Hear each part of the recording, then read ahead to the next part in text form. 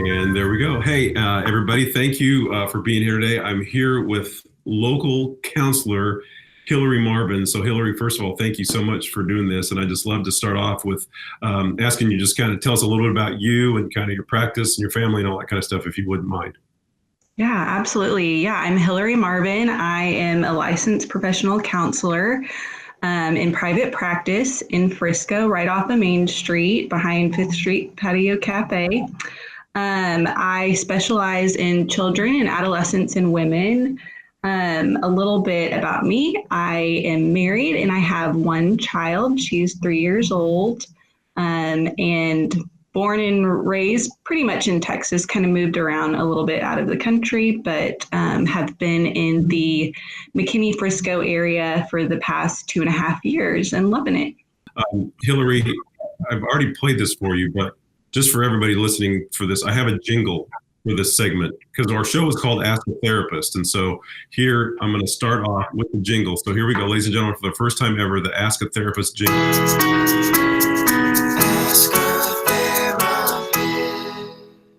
And the ridiculousness is on. So, all right, Hillary, during this time, obviously school's closing down and kids are at home a little bit more. What advice would you give us as parents to help our children navigate through this season?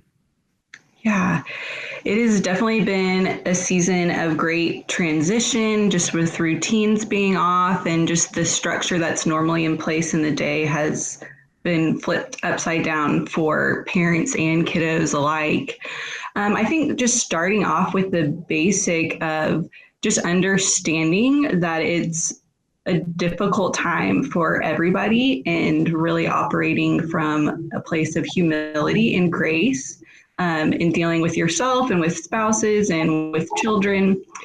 And also, firstly, just kind of seeking to find some sort of schedule or some routine that you can implement, whatever that would look like for your family in this season. And then also within that routine and that structure, providing space for just processing, asking your children open-ended questions about, hey, what is this like for you?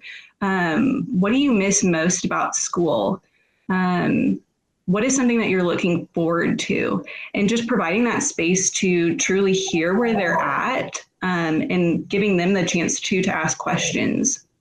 Yeah, so what happens a lot is during these times, we turn into advice giving mode. We want to tell people how to do things. Oftentimes we forget to ask questions.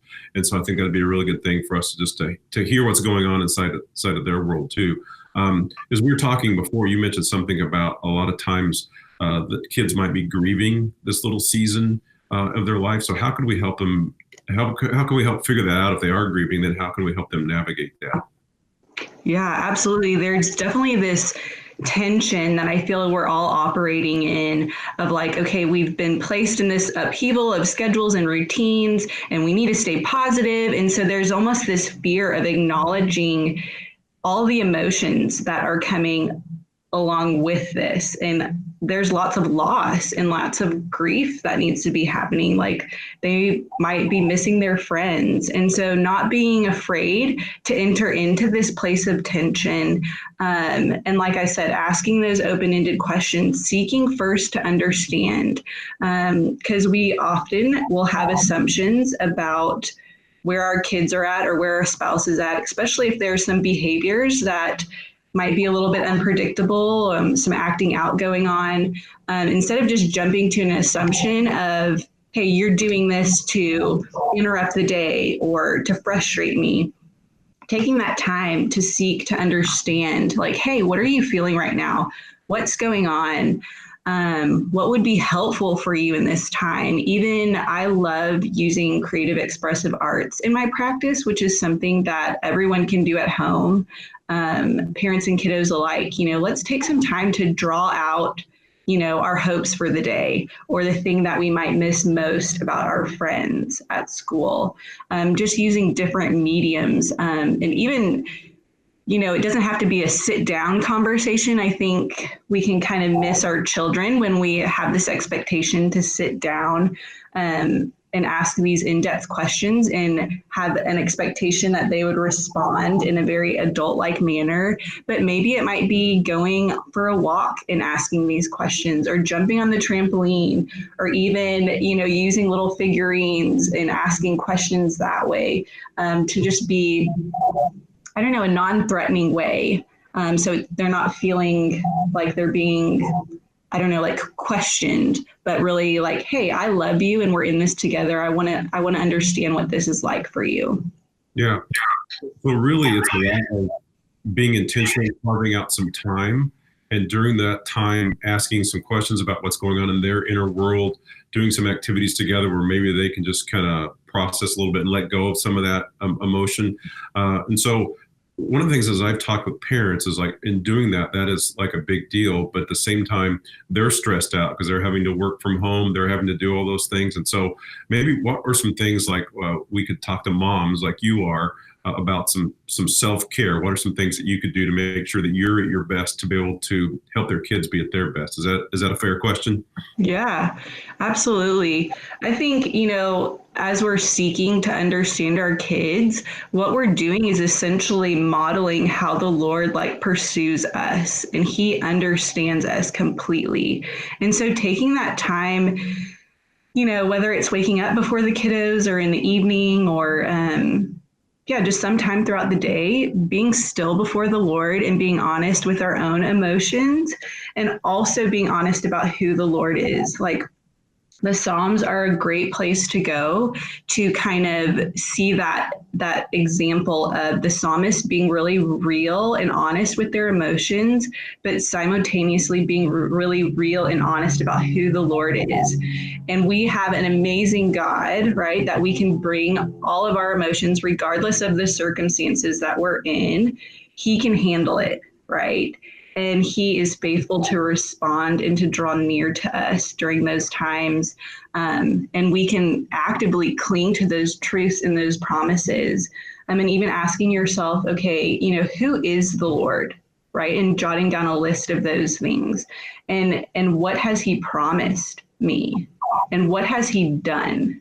So who the Lord is, what has he promised, and what has he done? And really marinating on those truths versus marinating on the anxieties that we might have in our minds.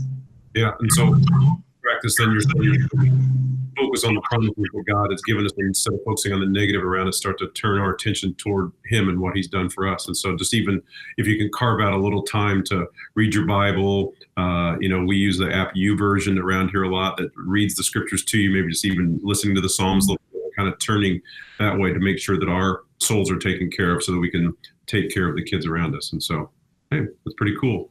Yeah. Hillary, I've made a few mistakes in this interview because I know that you were a big fan of the jingle and I haven't played it enough. So one last time, here's the jingle. All right. So stupid. I'm so sorry. So Hillary, one last question here and I'll let you go. Yeah. So right now we're being asked to socially isolate during this COVID-19 kind of quarantine a little bit, but you can still see counselors. You can still see someone like yourself. So tell us about telehealth a little bit and how people might be able to reach out and get a hold of you if they need that help in navigating this season. Yeah. Instead of social isolation, I like to think of it as physical distancing or physical isolation, because thankfully we have so many different technological avenues that we can utilize during this time, so that we don't feel alone, that we're not isolated, even though we can't physically be near one another at this time. Telehealth is an amazing platform that we've been using at our practice to still be able to meet and engage with clients. You can do it in the comfort of your own home, and the counselors simply send you a link after you've made a scheduled appointment. And then you click on that link and then you have access to the video call, which also includes audio with your counselor. And there's 4 counselors in our practice, and we are all willing and able to meet via telehealth and would love to get to know you and just to get to hear your heart in this season and how we might be able to walk alongside you. You can find information about our practice at restoredchristiancounseling.com. And we also have bios of our counselors as well as an online scheduler to make it super easy and seamless for you to schedule. Awesome. And also, if you want to go to hopefellowship.net/counselors, Hillary's information is on there as well. And so, Hillary, thank you for your time. Stay safe. And I just encourage people, if they are feeling that overwhelmed, like they just can't seem to get on top of things, man, reach out to somebody else, reach out to a therapist, reach out to a pastor, just do something. Don't navigate this alone. But I think in summary, you've given us some good advice to make sure, maybe spend a little time in the Psalms. We're taking care of ourselves, spend time with the Lord, and to really focus on maybe asking a lot more questions than just making statements during the season. So it's beautiful. So Hillary, thank you so much. Great. Any final parting thoughts before we go? No, I think that's great. Yeah. Thank you so much for having me. All right. Thank you.